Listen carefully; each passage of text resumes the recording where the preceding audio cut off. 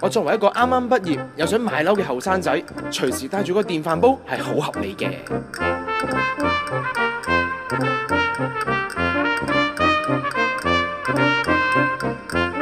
依家啲大財團餐廳下下都40-50蚊一個飯，想食咗我隻車咩？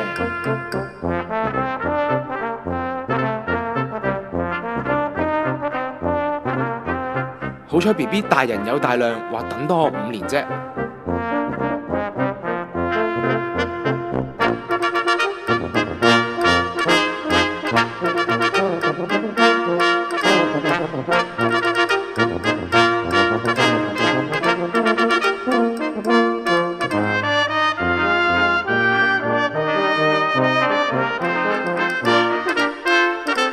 BB， 我哋可以一齊食飯啊！